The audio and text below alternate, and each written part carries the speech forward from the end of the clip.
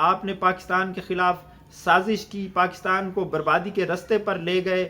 اب اپنی جو آپ نے عدم استحکام پیدا کیا، ملک میں بے چینی پیدا کی، خلفشار پیدا کیا اور بے یقینی کی فضا پیدا کی، جس کی وجہ سے سرمایہ کاروں نے ہاتھ ہٹا لیے، اپنی جو انہوں نے انویسٹمنٹ ہے اس کو واپس لے گئے۔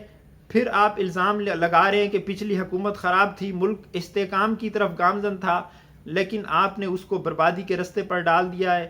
اب آپ نعرے لگا رہے ہیں کہ وہ گزشتہ حکومت خراب تھی۔ آپ یاد رکھیں کہ وہ جو 3 مہینے آپ نے عدم استحکام کے گزارے ہیں اور ابھی بھی بے یقینی کی فضا سے ملک نہیں نکلا ہے، تو یہ بے یقینی ملک کو بربادی کے رستے پر لے جائے گی۔ اس لیے خدا را اپنے ذاتی مفاد سے ہٹ جائیں، اب ملک کی ترقی کے لیے اقدامات کریں۔ غضب خدا کا، آپ کہتے ہیں کہ ملک ڈیفالٹ ہونے جا رہا ہے، ملک کے پاس پیسہ نہیں ہے، چیزیں مہنگی کرنے کے علاوہ چارہ نہیں ہے۔ پہلے آپ نے پیٹرول مہنگا کر دیا، پہلے آپ کہتے تھے 137 روپے بھی بہت زیادہ ہے، 3 روپے حکومت بڑھاتی تھی تو شہباز شریف ٹویٹ کر دیتے تھے، آپ نے تو 30 روپے بڑھا دیا۔ پھر آپ کہتے ہیں کہ ہم نے دل پر بھاری پتھر رکھ کر یہ کام کیا ہے وغیرہ وغیرہ، لیکن آپ اپنے علل تللوں کے لیے، اپنی عیاشی کے لیے آپ کے پاس پیسے ہیں۔ سوئمنگ پول پر وزیر اعظم ہاؤس میں پہلے دن 11 کروڑ لگائے گئے، اب مزید آپ جو کابینہ ہے اس سے منظوری لینے لگے ہیں، وزیر اعظم ہاؤس میں مزید آپ اس کی مرمت کریں گے۔ کیا یہی کام ضروری رہ گیا تھا؟ آپ رہائش گاہوں کو بہتر کریں گے، اپنی عیاشی کا سامان کریں گے، اپنے پروٹوکول میں اضافہ کریں گے، اپنی سیکورٹی میں اضافہ کریں گے۔ آپ ملک کے پیسوں کو بے رحمی سے خرچ کرتے ہیں، جو ملک پہلے ہی غریب ہے، ملک کے عوام کے آپ اتنا ٹیکسز جمع کرتے ہیں اور ملک کی حالت آپ نے خراب کر دی ہے۔ تو آج تک کے لیے اتنا ہی، انشاءاللہ ملتے ہیں نیکسٹ ویڈیو میں۔ اللہ حافظ۔